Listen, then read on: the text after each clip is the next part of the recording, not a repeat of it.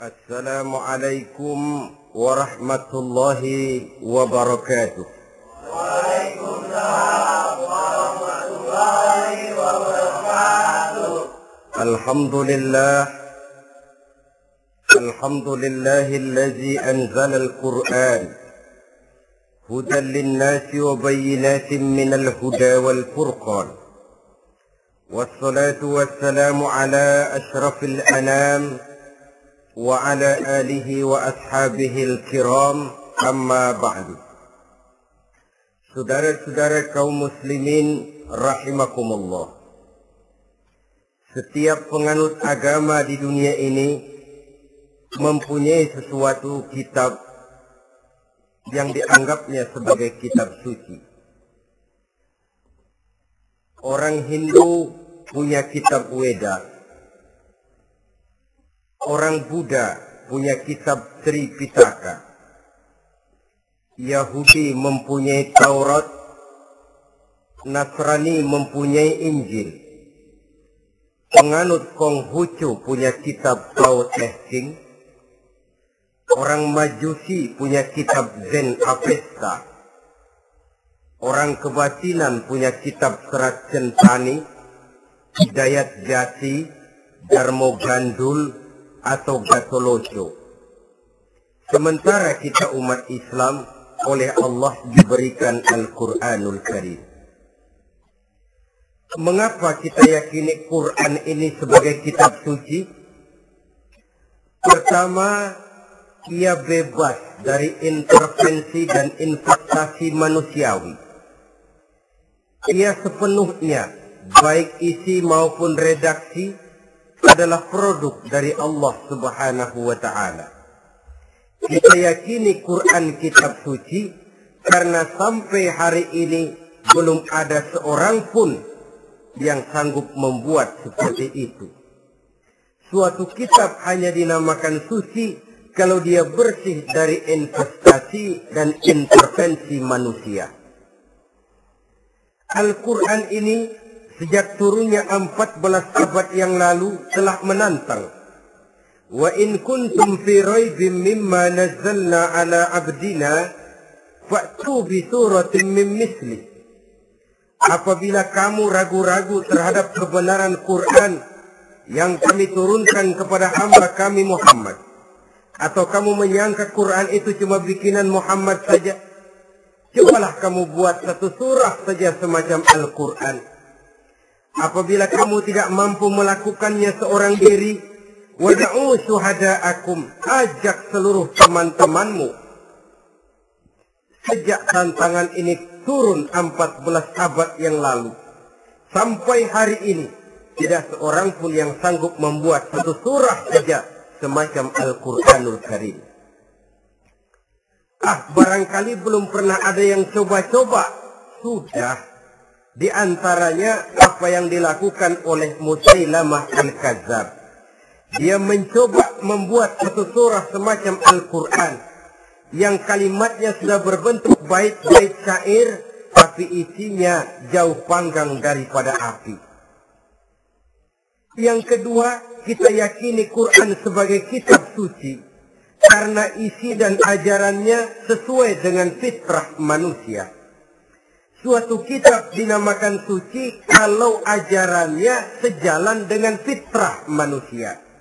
Misalnya, manusia secara fitrah, kalau dia laki-laki, normal nafsu kepada perempuan, itu fitrah. Perempuan suka kepada laki-laki, itu fitrah. Kalau ada kitab suci, tapi melarang manusia untuk kawin, kesuciannya perlu diselidiki. Quran kitab suci sejalan dengan fitrah manusia, maka ia menganjurkan manusia yang mampu untuk melangsungkan perkawinan. Contoh lain, secara fitrah manusia perlu makan. Kalau ada kitab suci yang melarang manusia puasa saja siang malam terus menerus, itu kan sama juga nyuruh orang mati. Quran sesuai dengan fitrah manusia. Maka dalam Islam puasa wisol, puasa ngableng, apa itu istilahnya, puasa nyambung, Dari pagi sampai sore, sampai malam, sampai pagi lagi puasa terus. Bukan saja tidak boleh, malah haram hukumnya. Kenapa? Itu bertentangan dengan fitrah manusia. Yang ketiga, kita yakini Quran sebagai kitab suci karena isinya tidak kontroversial. Isinya tidak saling bertentangan satu sama lain. Di ayat manapun, Quran mengajarkan Allah itu esa. Satu kali dia berkata haram, dia akan tetap berkata haram. Isinya tidak kontroversial. Sebab kalau ada kitab suci, di satu pihak mengajarkan Tuhan Esa, di lain ayat mengajarkan Tuhan 3, di lain ayat lagi mengajarkan Tuhan 4, kitab kacau namanya. Bagaimana suatu kitab bernama suci kalau isinya kontroversial satu dengan lainnya? Dari 3 kriteria inilah kita yakini Quran sebagai kitab suci. Masalah yang akan kita bicarakan pada pertemuan kita kali ini, bagaimana sikap kita terhadap Al-Quranul Karim sebagai kitab suci. Berangkat dari sebuah hadis di mana Rasulullah Sallallahu Alaihi Wasallam pernah memberikan tawaran. Beliau bersabda, "Man ja'ala al-Qur'ana amamahu qadahu ilal jannah, wa man ja'ala al-Qur'ana khalfahu saqahu ilan nar." Siapa yang menjadikan Quran sebagai imam, maka Quran akan membimbing dia ke dalam surga. Tetapi siapa yang menjadikan Quran sebagai makmum, maka Quran akan mendorong dia ke dalam neraka. Pilihan terserah kita. Siapa yang menjadikan Quran sebagai imam, ditempatkannya Al-Quran di depan, dia ikuti petunjuk dan ajaran Al-Quran, maka Quran akan membimbing dia ke surga. Surga dunia, lebih-lebih lagi surga akhirat. Tetapi sebaliknya, siapa yang menempatkan Quran di belakangnya, dia belakangi Al-Quran, dia belakangi perintah dan ajaran-ajaran Al-Quran, dia perturutkan hawa nafsunya dalam kehidupan ini, maka Quran akan mendorong dia ke dalam neraka. Ya, neraka dunia, lebih-lebih lagi neraka akhirat. Pilihan terserah kita. Saya mau tanya, kira-kira Quran dalam hidup kita jadi imam apa jadi makmum? Imam apa makmum?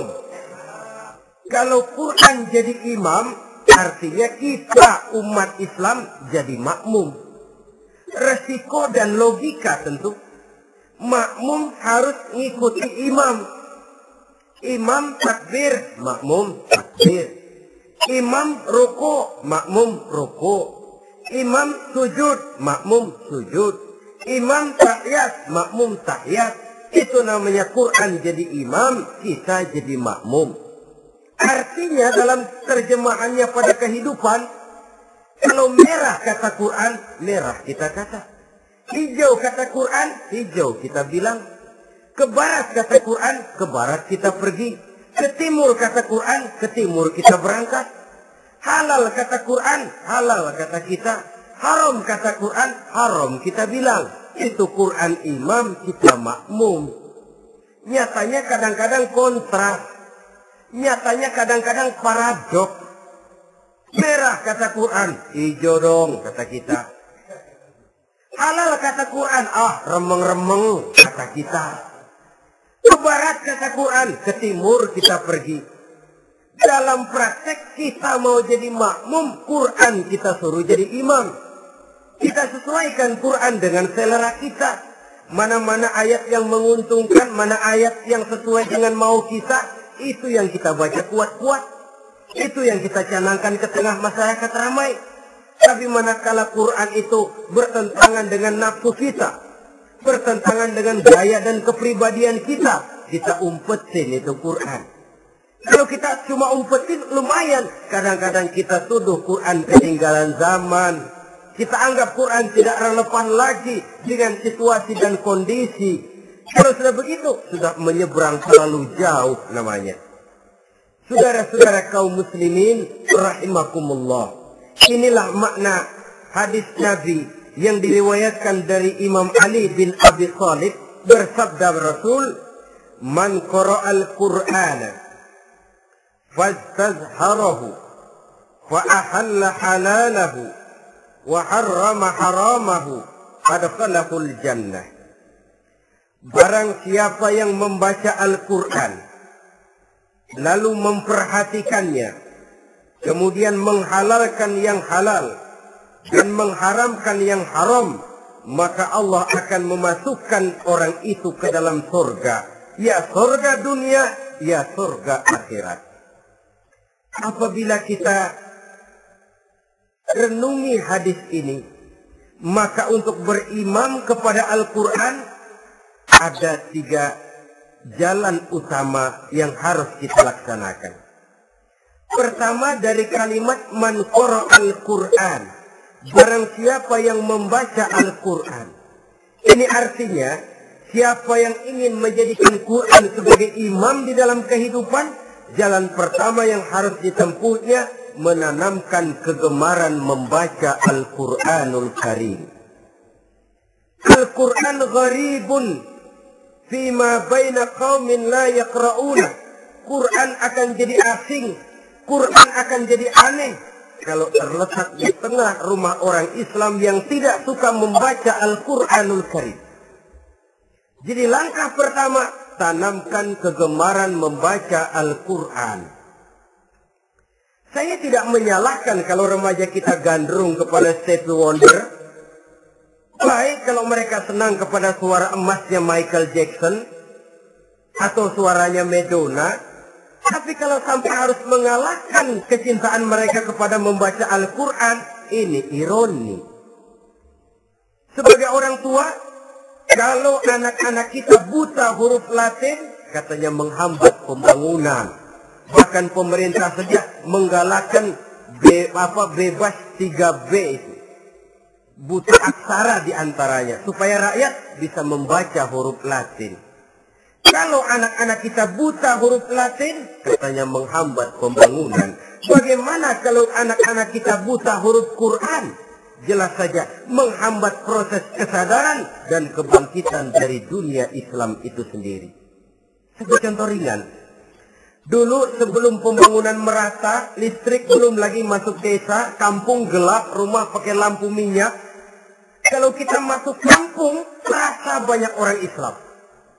Kenapa? Di rumah sebelah sana kita dengar anak muda sedang latihan baca rawi. Sebelah sini ibu-ibu sedang selawatan. Di rumah sana remaja sedang baca Quran.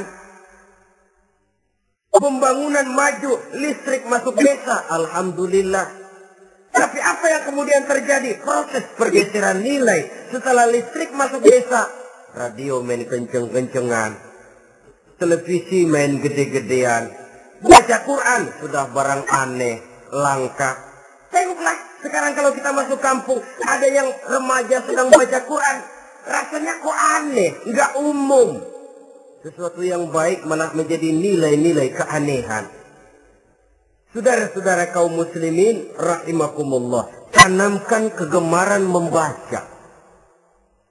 Dalam satu hadis Nabi pesan, nawiru buyutakum bitilawatil Quran. Sinari rumah tanggamu dengan bacaan Quran. Sebab listrik ini cuma bisa menerangi gelap, tapi tidak akan sanggup menerangi hati manusia. Quran produk Allah dibaca dalam segala keadaan, tepat dan pantas. Lihat saja, orang sedih baca Quran, terhibur. Orang gembira baca Quran, tidak lupa diri. Di rumah mewah ada yang baca Quran, bagus. Di gubuk reot di pinggir kali ada yang baca Quran, cocok. Orang kawin dibacakan Quran, bagus. Orang mati dibacakan Quran, tidak jelek. Dalam segala keadaan, in all season, bahasa kerennya, dia pantas dibaca. Saudara-saudara, bahkan orang sakit gigi pun kalau dengar baca Quran, tidak marah. Coba lihat. Dia senang benar lagu Michael Jackson, tapi giliran sakit gigi. Coba setelin lagu Michael Jackson, kalau nggak mencah-mencah. Kamu gila apa nggak tahu saya lagi sakit gigi? Tapi coba bacakan Quran. Dia pasti tidak marah. Begitu besar daya pengaruhnya. Bahkan Abu Jahal sama Abu Lahab pernah rapat. Kata Abu Jahal sama Abu Lahab, Mas Lahab, gini loh Mas. Kenapa? Ini saya pikir-pikir salah satu yang menyebabkan kenapa saudara kita banyak ikut ajaran Muhammad. Mereka kalau sudah dengar bacaan Quran terpesona. Jadi kita blokir saja. Caranya gimana? Kasih pengumuman kepada Quraisy, jangan sekali-kali mau dengerin Muhammad baca Quran.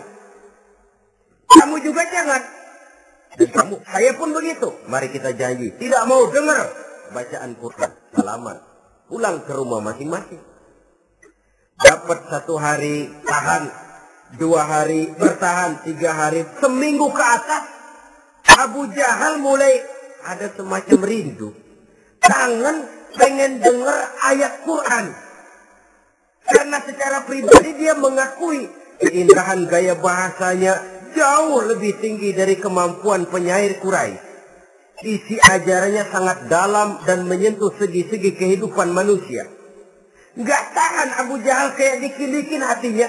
Keluar rumah mindik-mindik, umpet-ngumpet. Umpet di rumah Nabi. Pengen dengar Nabi baca Quran. Rupanya Abu Lahab sama. Pikir Abu Jahal, Abu Lahab nggak bakalan keluar. Abu Lahab berpikir, Jahal pasti di rumah. Dua-duanya bareng berangkat ke rumah Nabi.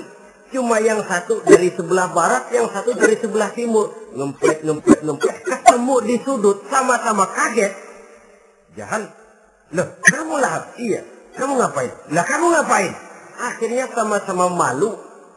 Sama-sama tidak bisa menahan diri. Akhirnya sama-sama ngakuin. Bagaimanapun kita harus akui bahwa Al-Quran ini mengandung gaya pesona yang sangat luar biasa. Itu dari segi bacaan. Belum lagi dari segi ajaran. Belum lagi dari segi isi.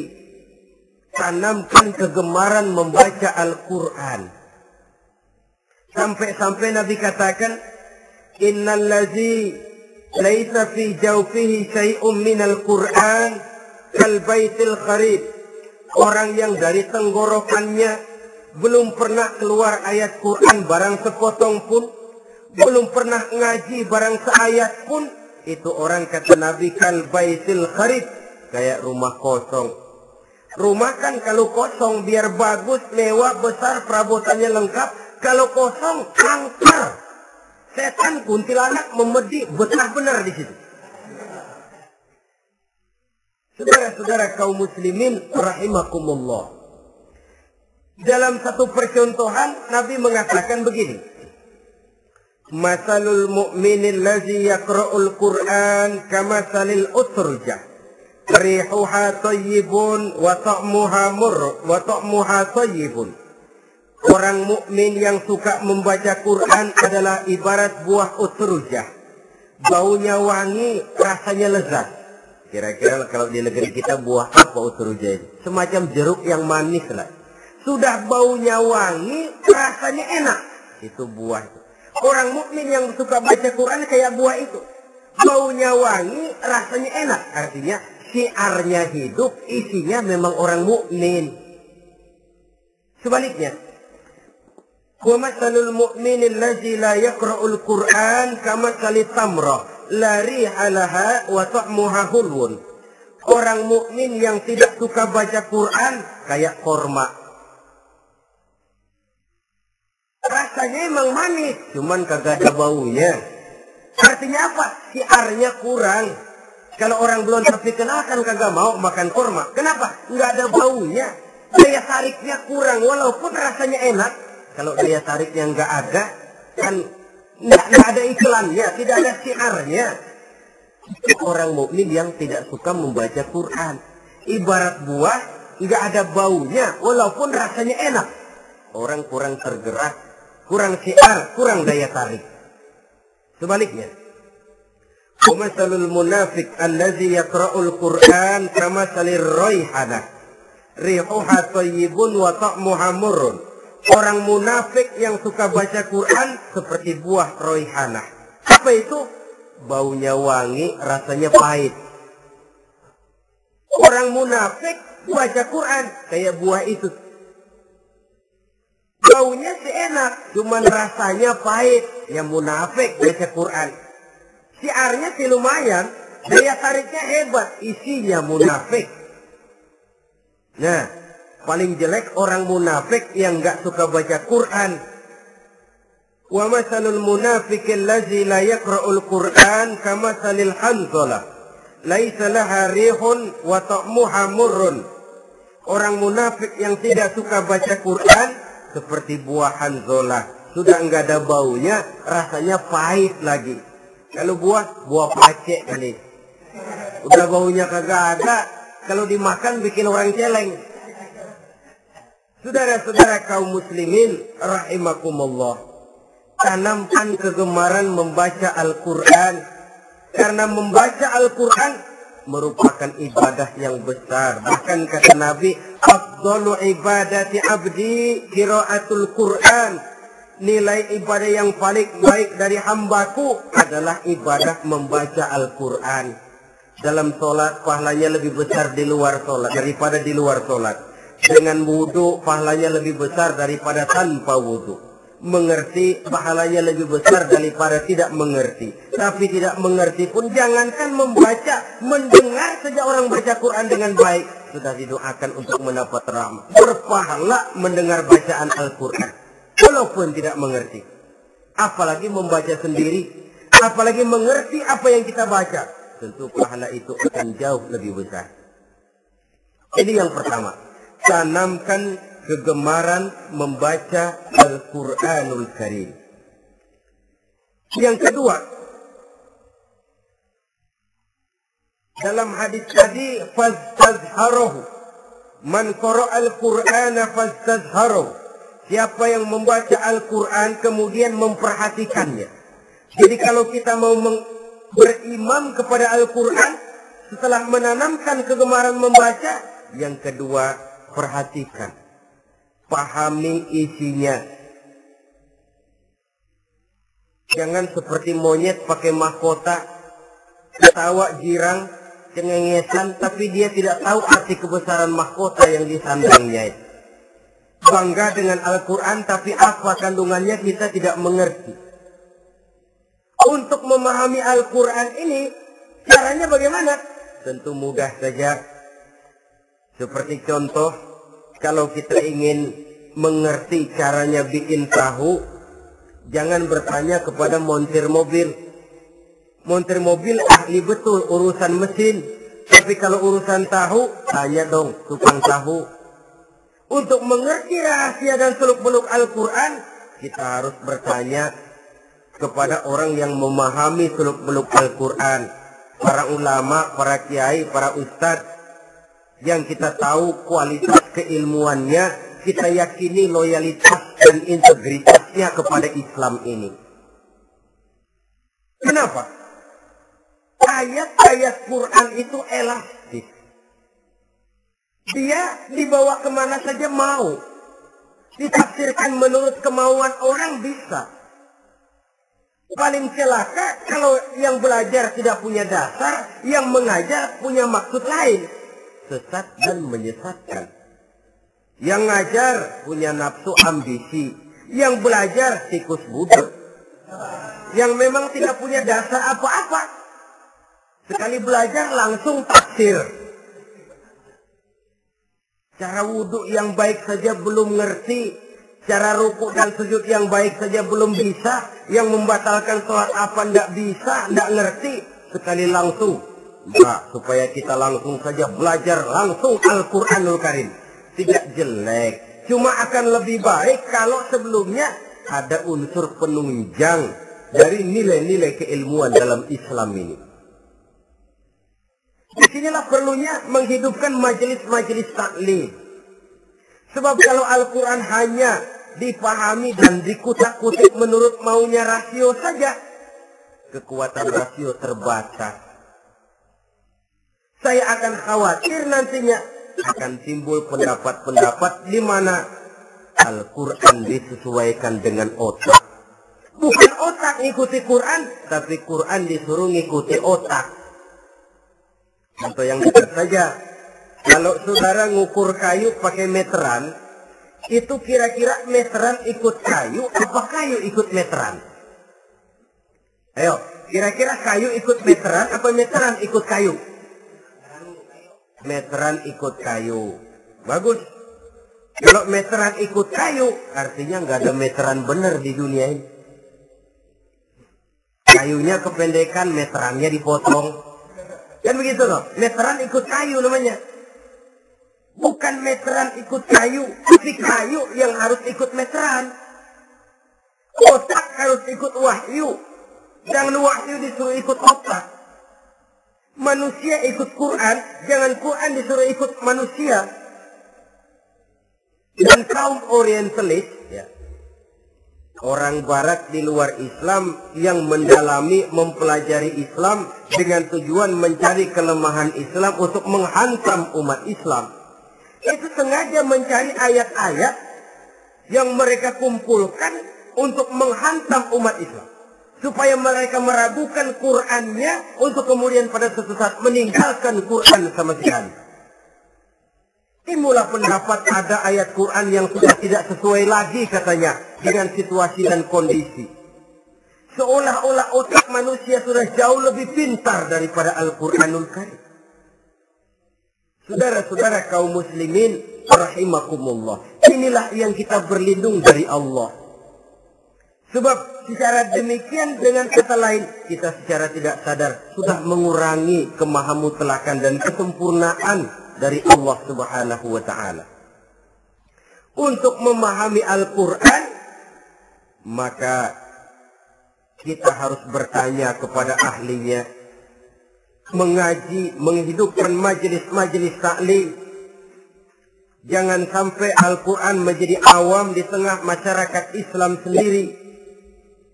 Ini jalan yang kedua, memahami isinya. Sehingga dengan demikian, manakala Al-Quran dibacakan orang, pemikiran kita tidak lagi terpusat kepada kemerduan suara orang yang membaca, tapi tertuju kepada isi yang dikandungnya. Sehingga dalam kondisi semacam itu, boleh jadi tiap kali dibacakan Al-Quran, nilai iman makin tambah. Kita dengar orang baca, Alam taro kaifa fa'ala rabbuka bi ashabil fil. Terbayang oleh kita bagaimana Raja Abrahat dengan pasukannya mau menghancurkan Ka'bah. Bagi Allah cukup menurunkan burung ababil, hancur lebur Abrahat, raja besar dengan seluruh pasukan gajahnya, berantakan dibuatnya cuma dengan burung ababil. Allah maha besar, Allah maha kuasa. Tambah iman. Kalau tidak, ya seperti yang banyak terjadi. Quran menceritakan azab, kita malah kesenangan. Walakum azabun alim. Kamu akan mendapat azab yang pedih. Kita teriak di pojokan, toyib, toyib. Allah, alhamdulillah. Digambarkan azab malah baik-baik.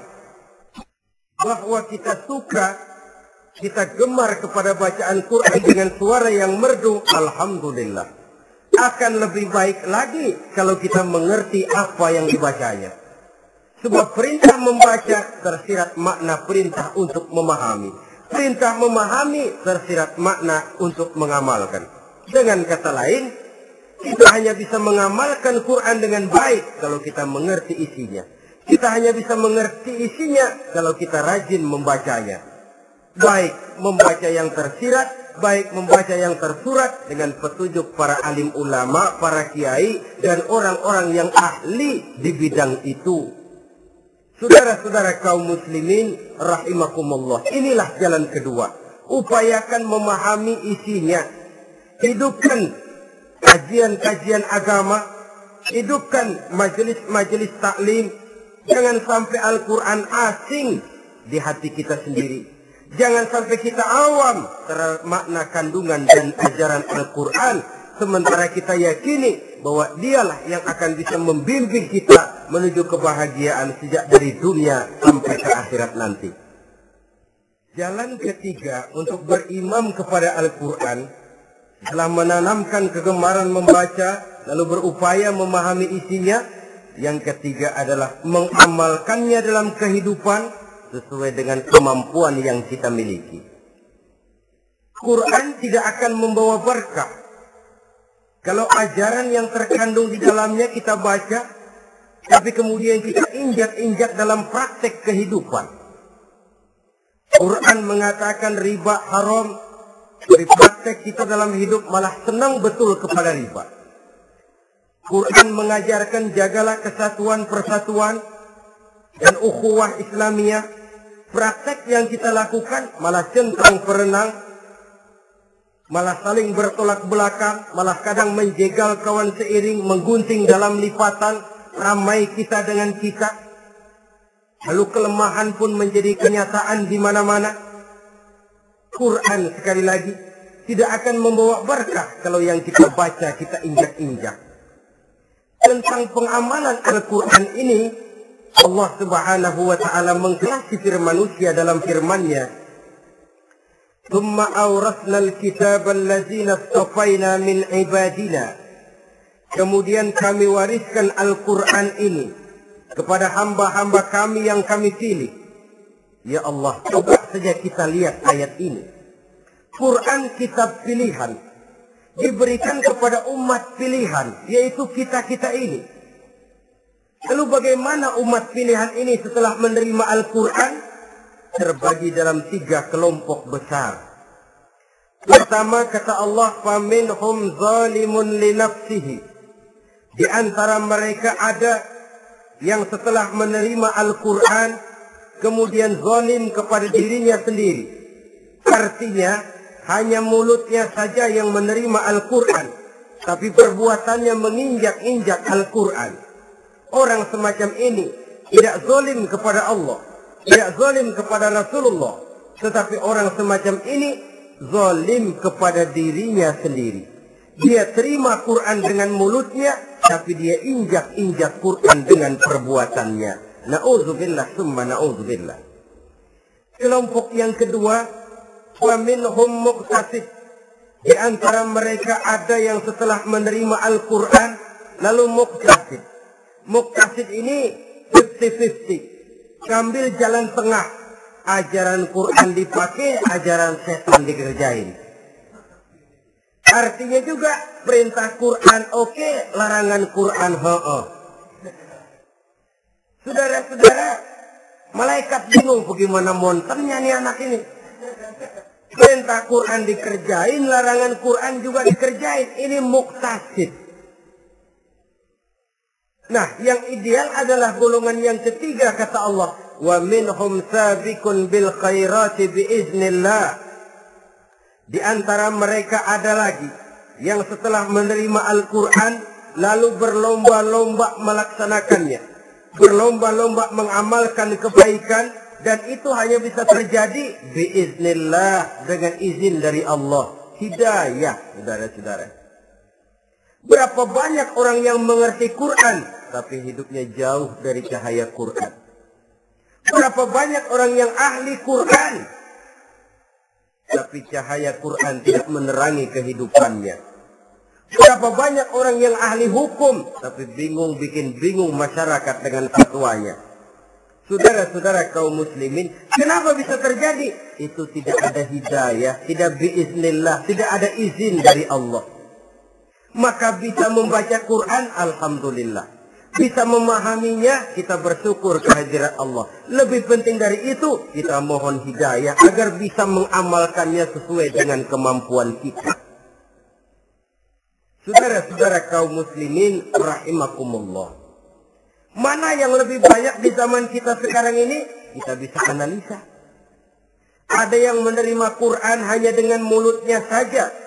Kalau ditanya, Tuhanmu siapa? Allah. Kiblatmu mana? Ka'bah. Saudaramu siapa? Umat Islam. Kitab sucimu apa? Quran. Kamu bisa baca? Enggak. Ya, kalau cuma enggak bisa baca, barangkali kadang-kadang Quran saja pun tidak punya.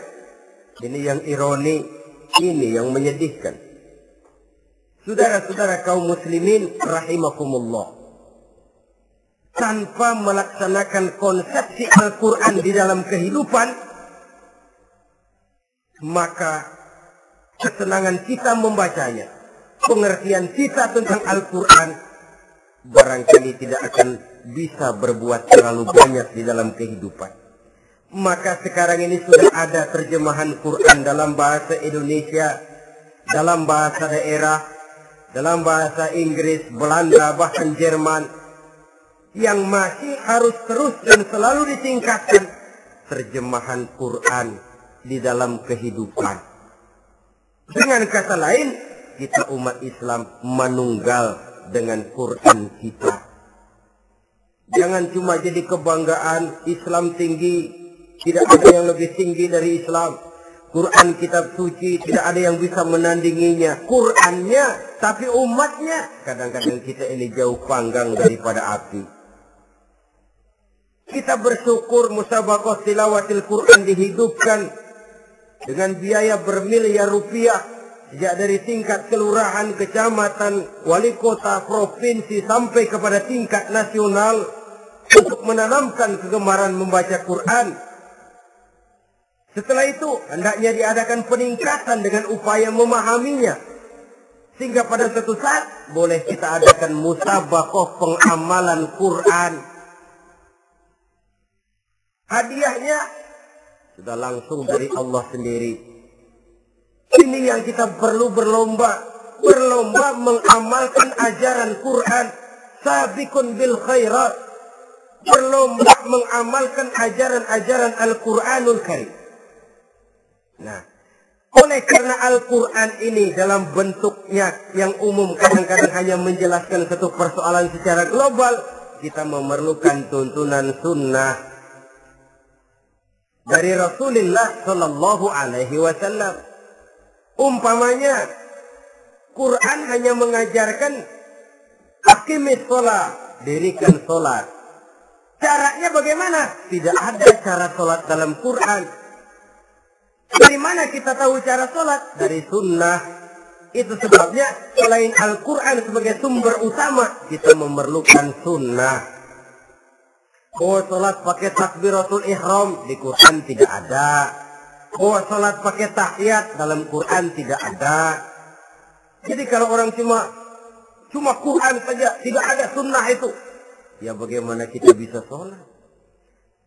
Quran cuma mengatakan wa atimul hajja wal umrata lillah, laksanakan haji dan umrah karena Allah. Bagaimana manasik haji? Bagaimana cara sa'i? Bagaimana cara wukuf? Bagaimana cara melontar? Tidak ada dalam Quran. Yang memuat itu tidak lain sunnah. Untuk memahami Quran dan sunnah ini, kita memerlukan orang yang menguasai Quran dan sunnah. Oleh karena itu, kita perlu petunjuk kepada para ulama. Itu sebabnya Quran sendiri mengatakan, wa in tanaza'tum fi syai'in farudduhu ila Allahi wa rasulih. Apabila kamu berbeda pendapat tentang suatu persoalan, kembalikan kepada Allah dan Rasulnya. Kembalikan kepada Allah artinya kembalikan kepada Quran. Kembalikan kepada Rasul maksudnya kembalikan kepada sunnah. Siapa yang mengerti Quran dan sunnah? Para ulama yang kualitas ilmunya kita yakini, loyalitas dan kredibilitas serta integritas keislamannya bisa menjadi panutan. Saudara-saudara kaum muslimin rahimakumullah. Dengan demikian, kalau orang berkata langsung saja memahami Quran, sekarang kan sudah banyak terjemahannya, dosa lewat ulama-ulamaan. Saya tidak mencela, cuma agak mengkhawatirkan. Kalau dia memahami Quran cuma sekedar lewat terjemahannya saja, sangat mungkin jadi dia bisa salah paham. Kita memerlukan bantuan sunnah, kita memerlukan petunjuk para ulama yang menguasai di bidang itu. Kembalikan kepada Quran dan sunnah, artinya bertanya kepada orang yang memahami Quran dan sunnah. Loh, dengan begitu kan akan terjadi perbedaan pendapat. Perbedaan pendapat sesuatu yang halal sepanjang tidak menyebabkan kita berpecah belah. Halal berbeda pendapat. Asal diletakkan pada proporsinya. Apalagi kalau perbedaan pendapat itu cuma masalah teknis, bukan masalah prinsip. Kenapa tidak pulang saja kepada tuntunan Quran? Lana a'maluna walakum a'malukum. Kami akan mengamalkan amalan yang kami yakini benarnya. Saudara persilahkan mengamalkan amalan yang saudara yakini benarnya. Sama-sama punya alasan, sama-sama punya dalil. Tidak usah saling menyalahkan. Tidak usah saling mengklaim, merasa yang paling benar, orang lain salah semua. Kemukakan argumen, jangan sentimen. Harus dengan semangat mencari kebenaran, bukan untuk mencapai kemenangan. Kalau sentimen lebih penting dari argumen, kalau kemenangan lebih diutamakan dari mencari kebenaran, yang berlaku kadang-kadang gengsi. Kalau sudah gengsi, yang bicara emosi. Kalau sudah emosi, istilah kita di kampung, ngambek. Gedean ilmunya sama ambeknya. Kadang-kadang, saya kalau nggak jadi imam, nggak mau sembahyang di situ. Kalau nggak jadi imam, orang lain dianggapnya kagak sah sembahyangnya. Oh pokoknya kalau nggak ngaji sama saya, Islamnya kurang benar. Mengklaim. Perbedaan pendapat wajar, halal, asal tidak menyebabkan kita berpecah belah. Dan sewajarnya kita lebih berusaha mencari titik pertemuan, memperbesar persamaan, dan bukan mengutak-utik perbedaan. Kadang-kadang inilah penyakit kita nih. Satu kunut, satu tidak sembahyang subuhnya. Bisa RT. Satu usoli, satu tidak. Bisa RW. Satu azan sekali Jumatan, satu dua kali. Bikin masjid lagi. Kenapa bukan persamaannya yang dicari? Kenapa justru perbedaannya yang diperbesar? Yang masalah macam ini sampai kiamat tidak pernah selesai. Kan lebih baik kalau kita ditanya orang, Pak, sholat subuh itu pakai kunut apa tidak sih? Kalau saya pakai. Kalau yang nggak pakai kunut bagaimana Pak? Betul, kata yang tidak pakai. Jadi yang pakai kunut betul, betul karena saya pakai kunut. Yang tidak juga betul, betul kata yang tidak pakai. Kalau yang kunut betul, yang tidak kunut betul, lalu yang salah yang mana Pak? Yang salah yang subuh nggak sembahyang. Lebih objektif, proyek garapannya ada, umat tidak berpecah belah. Ini yang konyol, kadang-kadang khutbah Jumat pakai membongkar khilafiyah, menghantam tahlil, menghantam kunut. Selesai sembahyang Jumat, apa yang terjadi? Umat resah, masyarakat gelisah, polemik timbul, masalah tidak terselesaikan. Orang jadi khotib itu raja dalam mimbar Jumat, siapa yang mau bantah dia? Kalau memang mau buka itu persoalan khilafiyah, buka dalam forum khusus. Adakan pengajian, jelaskan masalahnya secara luas, mendasar. Jangan mengklaim dan memponis. Berikan kebebasan kepada umat untuk menilai masalahnya selesai. Yang tidak puas bisa bertanya. Saudara-saudara, sudah lewat masanya kita meributkan soal itu. Sudah datang waktunya di mana kita lebih mementingkan dan membicarakan masalah-masalah yang lebih mendesak dihadapi oleh umat. Kemiskinan misalnya, kebodohan misalnya, keterbelakangan umpamanya, peluang untuk mendapatkan pendidikan yang layak bagi anak-anak kita yang berotak cerdas tapi tidak punya kemampuan ekonomi umpamanya. Itu akan lebih objektif ketimbang kita membicarakan masalah-masalah yang sampai kiamat tidak akan pernah selesai. Yang hanya akan menyebabkan kita menjadi lemah, persatuan koyak, solidaritas sosial lalu menurun, saling curiga menjadi tumbuh karenanya, dan pada akhirnya kita tidak akan pernah bisa berbuat banyak. Untung kalau tidak menjadi tertawaan bagi orang yang berdiri di luar pagar. Saudara-saudara kaum muslimin rahimakumullah. Sekali lagi, Al-Quran tidak akan membawa berkah kalau yang kita baca, kita injak-injak. Oleh karenanya, untuk berimam kepada Quran ini, sekali lagi pertama, tanamkan kegemaran membaca. Yang kedua, upayakan memahami isinya melalui bimbingan orang yang ahli bidang itu. Yang ketiga, amalkan sesuai dengan kemampuan.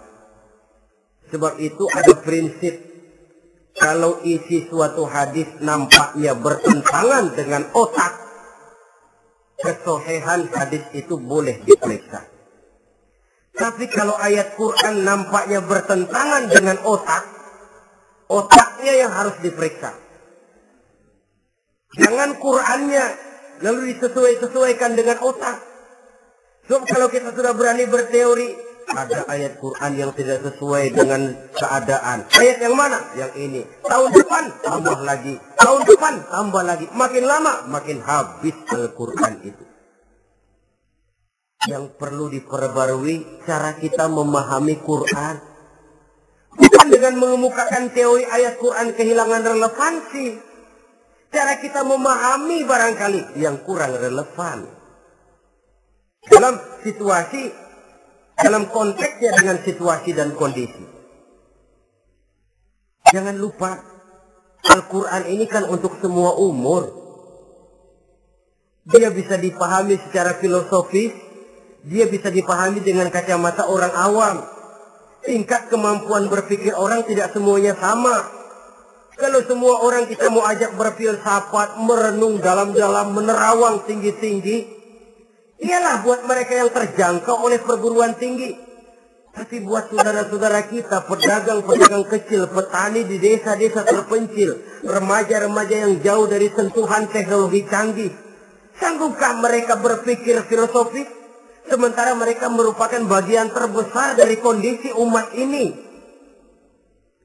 Saudara-saudara kaum muslimin, oleh karenanya tentang membaca, memahami dan mengamalkan, Rasulullah Sallallahu Alaihi Wasallam pernah memberikan sugesti.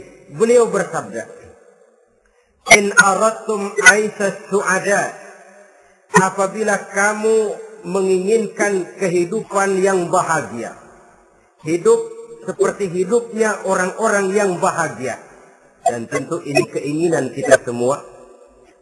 Wa mautas syuhada, dan menginginkan mati sebagai matinya para syuhada, para pahlawan pembela agama, orang yang mati syahid. Wah, ini sudah tidak duanya ini. Hidup mulia, mati syahid. Dapat dua-duanya. Wan najata yaumal hasri, dan ingin mendapat keselamatan pada hari hasyr, hari pengumpulan manusia di padang mahsyar. Wazilla yaumal harri, dan mendapat perlindungan dari Allah pada hari yang sangat panas. Wal huda minadh dhalalah, dan mendapat petunjuk dari kesesatan. Ini keinginan semua orang. Kan yang kita cari apa sih? Hidup bahagia. Biar tidak kaya asal bahagia, sudah enak. Lalu apa lagi? Matinya sebagai syahid. Kemudian di hari pengumpulan nanti mendapat keselamatan. Lalu pada saat orang lain kepanasan kita mendapat perlindungan. Kemudian orang lain kebingungan kita mendapat petunjuk. Kalau ini yang diinginkan kata Nabi, resepnya fa'adimu qiraatal Quran. Maka lazimkan, biasakan olehmu membaca Quran. Tidak ada terlambat. Idealnya memang dari kecil, sebab lidah kalau sudah kaku berat. Disuruh baca innallaha laghaniyun hamid. Lidahnya berat. Innallaha lampuniyun hamid. Lampuniyun. Laghaniyun jadi lampuniyun. Lidah itu kalau sudah berat ya memang berat. Disuruh baca ya bani Israel. Lidahnya berat. Ya bini Siroil. Jadi ya bini Siroil. Saudara-saudara, idealnya memang dibiasakan dari kecil supaya lidah itu ringan. Kalau tidak ada istilah terlambat. Malu pak, belajar alif-alifan udah gede. Ya jangan alif-alifan, alif beneran. Alif-alifan kapan bisa ya? Alif beneran yang dipelajari. Tidak ada istilah terlambat, tidak ada istilah malu untuk belajar Al-Quran ini. Saudara-saudara kaum muslimin rahimakumullah. Ini sugesti untuk menanamkan kegemaran membaca. Lalu sugesti untuk memahaminya. Tentu banyak ayat, banyak hadis.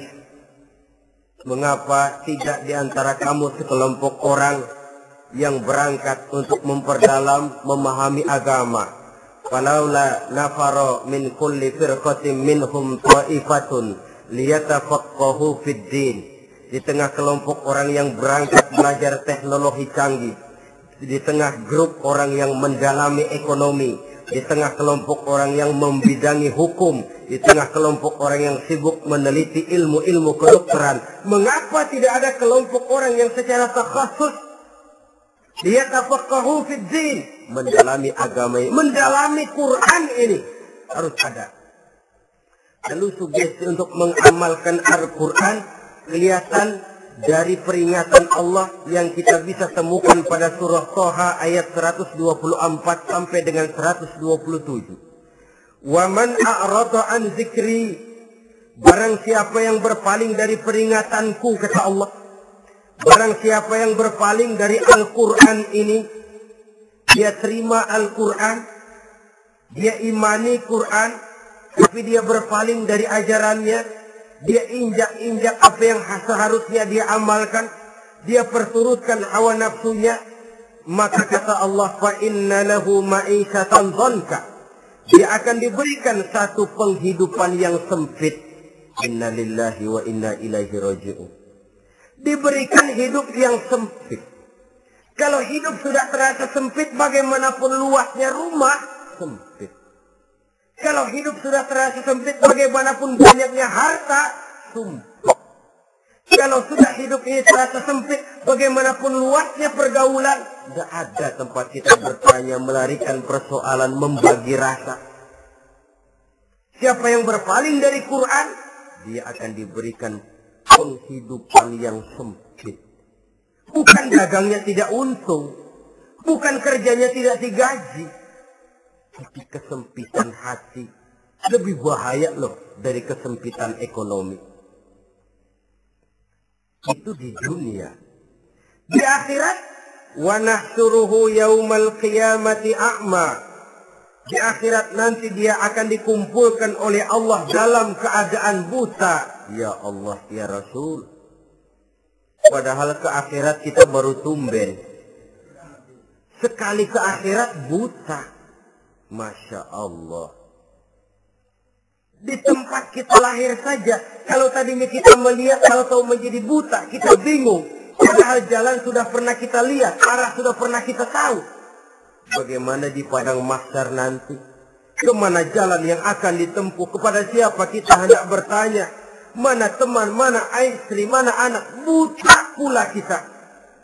Satu kesengsaraan yang merupakan puncak kesengsaraan. Dikala itu orang yang semacam tadi protes, Rabbi, lima hasyartani a'ma wa qad kuntu basira. Wahai Allah, kenapa hari ini saya dikumpulkan dalam keadaan buta? Padahal ketika di dunia dulu saya melihat, saya menyaksikan gunung yang menjulang tinggi ke angkasa, saya melihat lautan yang luas terhampar biru membentang, saya saksikan luas tanah, sawah luas menguning, saya saksikan keindahan alam. Di dunia saya melihat Allah. Kenapa sekarang saya dikumpulkan dalam keadaan begini? Protes dia, tidak terima dia. Allah jawab, kadzalika atatka ayatuna fanasitaha. Kata Allah, begitulah memang.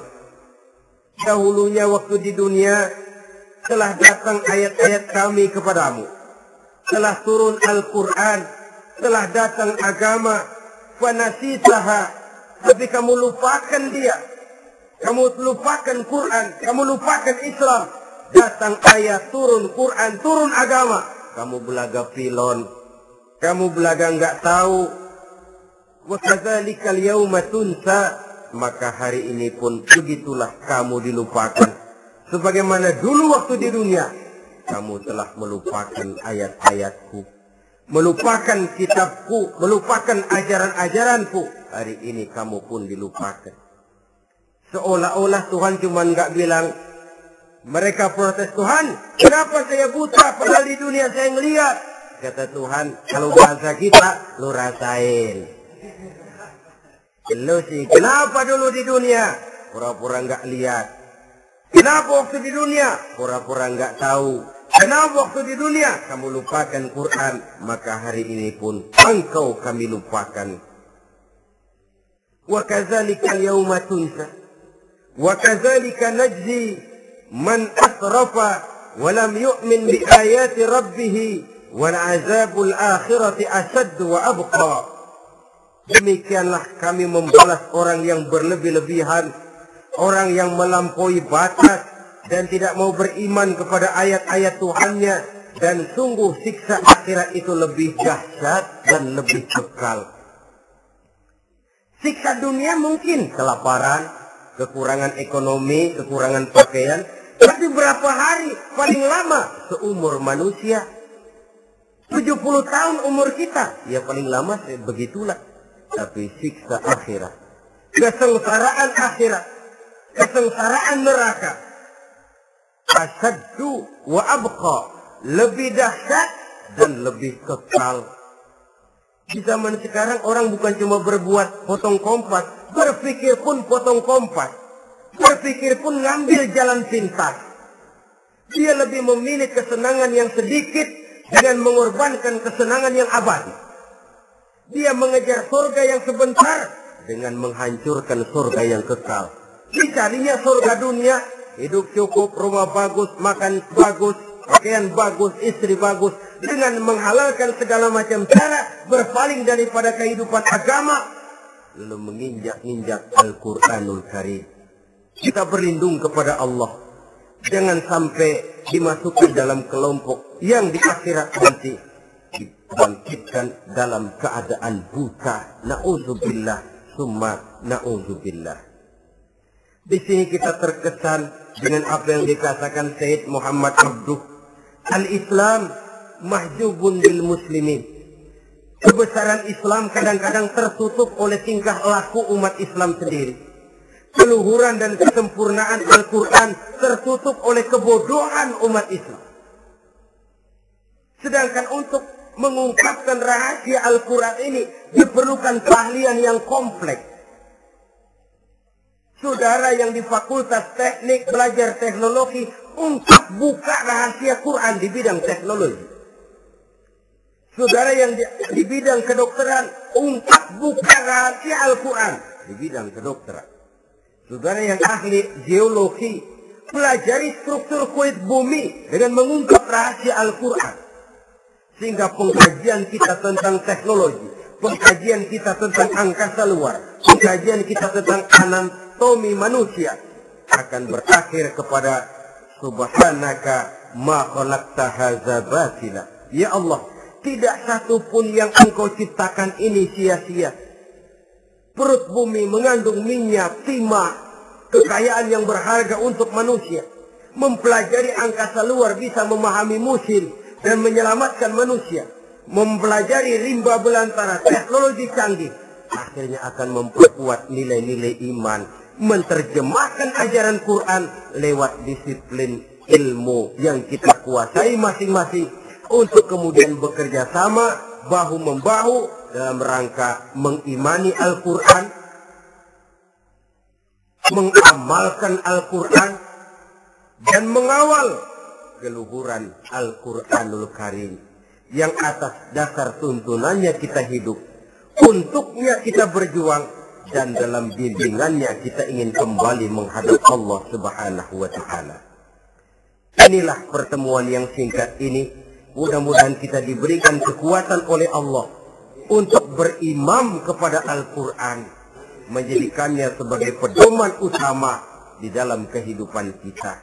Terima kasih atas segala perhatian. Mohon maaf atas segala kekurangan. Usikum wa nafsi bitaqwallah. Wassalamualaikum warahmatullahi wabarakatuh.